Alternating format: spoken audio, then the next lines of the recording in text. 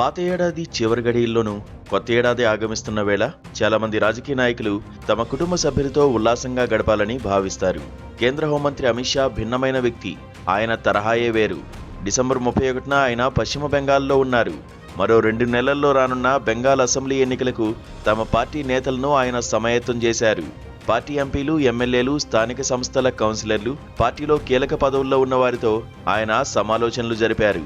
Assembly నియోజకవర్గాల మ్యాపులను ప్రదర్శించి 294 స్థానాలకు గాను 162 స్థానాల్లో పార్టీ గెలిచే అవకాశాలు ఉన్నాయని, 49 స్థానాల్లో హోరాహోరీ పోరాడాల్సి ఉంటుందని, 83 స్థానాల్లో బలహీనంగా ఉన్నామని వెల్లడించారు.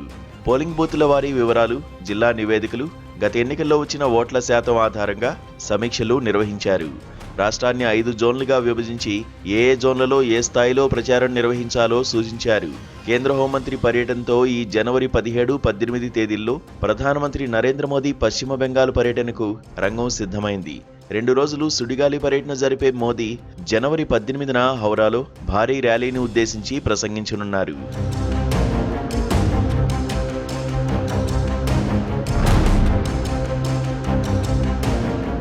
బీహార్ ఎన్నికల తర్వాత మోదీ, అమిత్ షా అత్యంత ప్రతిష్టాత్మకంగా తీసుకుంటున్న ఎన్నికలు పశ్చిమ బెంగాల్వే, సందేహం లేదు.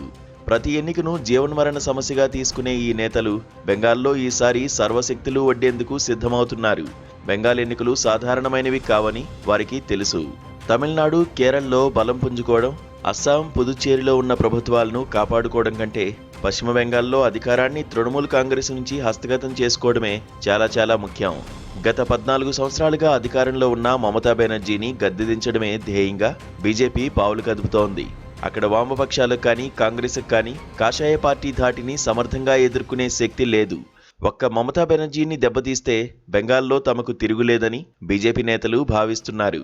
గత 14 ఏళ్లలో బెంగాల్లో స్త్రీలపై జరిగిన అత్యాచారాలు, అవినీతి, ఇతర అక్రమాల చిట్టా విప్పడం, ప్రజల్లో ప్రభుత్వ వ్యతిరేకతను ఉపయోగించుకోవడం, పెద్ద ఎత్తున బంగ్లాదేశ్ చొరబాటుదారులను అనుమతించి ఓటర్ల జాబితాలో చేర్పించారని ఆరోపించడం ఇత్యాది ఆయుధాలు బీజేపీ వద్ద ఎన్నో ఉన్నాయి.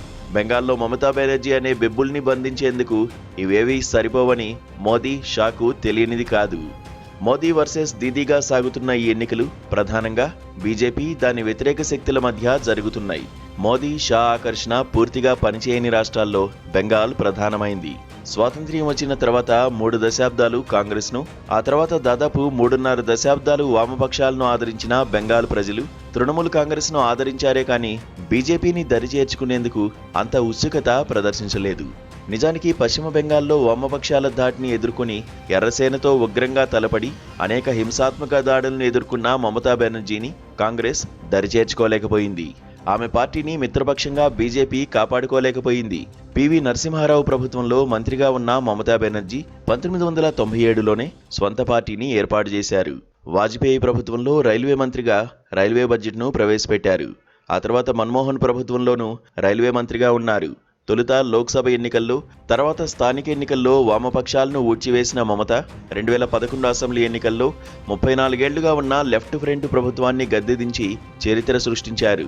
సాదాసీదా ముతక చీర, స్లిప్పర్లు ధరించి ప్రజల మధ్య సామాన్యురాలుగా సంచరించే మమతా బెనర్జీని గద్దెదించేందుకు బీజేపీ ఇవాళ సామదాన భేద దండోపాయాలను ప్రయోగిస్తోంది.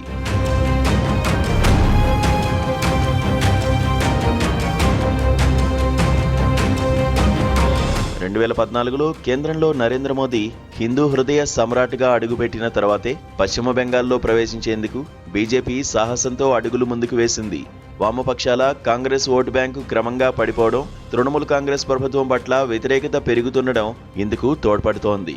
బెంగాల్లో ముస్లింలు 30% పైగా ఉండడం, బీజేపీ కేంద్రీకృత ఎన్నికల యంత్రాంగం వ్యూహాత్మకంగా మమతా బెనర్జీని హిందూ వ్యతిరేక శక్తిగా చిత్రించడం, స్థానిక నాయకులను ప్రోత్సహించడం వల్ల ఆ పార్టీ కొంత బలం పుంజుకుంది. గత 10 ఏళ్లలో ఇతర రాష్ట్రాల్లో పొందిన వ్యాప్తితో పోలిస్తే బెంగాల్లో బీజేపీ వ్యాప్తి తక్కువే. తన ప్రత్యామ్నాయ శక్తిగా బీజేపీ పుంజుకుంటోందని తెలిసిన తృణమూల్ భారీ ఎత్తున సంక్షేమ పథకాలను, నగదు బదిలీని చేపట్టింది. బెంగాలీ ఉపజాతీయవాదాన్ని రెచ్చగొట్టి బీజేపీని స్థానిక సంస్కృతిని వ్యతిరేకించే పార్టీగా చిత్రించింది. రవీంద్రుడు వంటి సాంస్కృతిక చిహ్నాలను ఉపయోగించుకుని హిందూ జాతీయవాదం, స్థానిక అస్తిత్వానికి వ్యతిరేకమనే భావన కల్పించేందుకు ప్రయత్నించింది. అదే సమయంలో బీజేపీ మతతత్వానికి తాను వ్యతిరేకమంటూ దాదాపు 30% ఉన్న ముస్లిం ఓట్లను సంఘటితం చేసుకోగలిగింది. గ్రామీణ ప్రాంతాల్లో బలమైన కేడర్ను నిర్మించుకుని బీజేపీ చొచ్చుకు రాకుండా అడ్డుకునే ప్రయత్నాలు చేస్తోంది.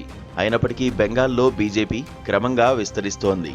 బెంగాల్లో ఆర్ఎస్ఎస్ శాఖలు విస్తరిస్తున్నాయి.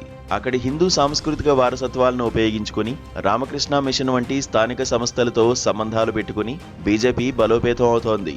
నిజానికి బీజేపీ పూర్వరూపమైన భారతీయ జనసంఘ్ సంస్థాపకుడు, అంతకుముందు హిందూ మహాసభ ప్రధాన నేతల్లో ఒకరైన శ్యాంప్రసాద్ ముఖర్జీ బెంగాలీ నాయకుడు అయినప్పటికీ పశ్చిమ బెంగాల్లో బీజేపీ నిలదొక్కుకోవడం అంత సులభం కావడం లేదు. వామపక్షాలు బలంగా ఉండడం వల్ల రామజన్మభూమి ఉద్యమం తర్వాత కూడా బెంగాల్లో హిందుత్వ భావోద్వేగాలను రేకెత్తించలేకపోయిన బీజేపీకి వామపక్షాలు, కాంగ్రెస్ బలహీనమైన తర్వాతే మరింత బలపడేందుకు అవకాశాలు ఏర్పడ్డాయి. వివేకానందుడు, సుభాష్ చంద్రబోస్, బంకిం చంద్ర చటర్జీ వంటి సాంస్కృతిక మూర్తుల పేర్లను ప్రస్తావించడం, వందే మాతరంను స్వంతం చేసుకునే ప్రయత్నం చేయడం, మమతను ముస్లింల అనుకూల హిందుత్వ వ్యతిరేక శక్తిగా చిత్రీకరించడం వంటి ప్రచారాన్ని బీజేపీ ఉధృతం చేస్తూ వస్తోంది. దీనివల్ల 2019, 2014 లోక్సభ ఎన్నికల్లోనూ 2021 అసెంబ్లీ ఎన్నికల్లో సగటున 40% ఓట్లను బీజేపీ సాధించుకోగలిగింది. బెంగాల్లో బీజేపీ విజయం సాధించగలదా?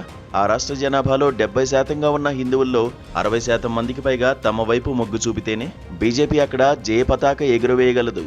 బీజేపీ హిందుత్వ సిద్ధాంతానికి, హిందూ మతంలోని వైవిధ్యానికి మధ్య సాగుతున్న సమరం ఇది. ప్రతి ఒక్కరూ కాళీమాతను పూజించే ఈ ప్రాంతంలో హిందుత్వ ఆధారంగానే పోరాడడం, మమతా బెనర్జీకి వ్యతిరేకంగా హిందువులను సమీకరించడం సాధ్యం కాకపోవచ్చు. స్వయంగా కాళీ భక్తురాలైన మమతా బెనర్జీ గత ఎన్నికల్లో కాళీ మంత్రాన్ని ఉచ్చరిస్తూ ఎన్నికల ప్రచారాన్ని నిర్వహించింది. ఓవైసీ నేతృత్వంలోని ఏఐఎంఐతో పాటు ఒక 2 చిన్నా చితకా ముస్లిం పార్టీలు ఉన్నప్పటికీ ముస్లిం ఓట్లు చెప్పుకోదగిన విధంగా చీలిపోయే అవకాశాలు తక్కువే.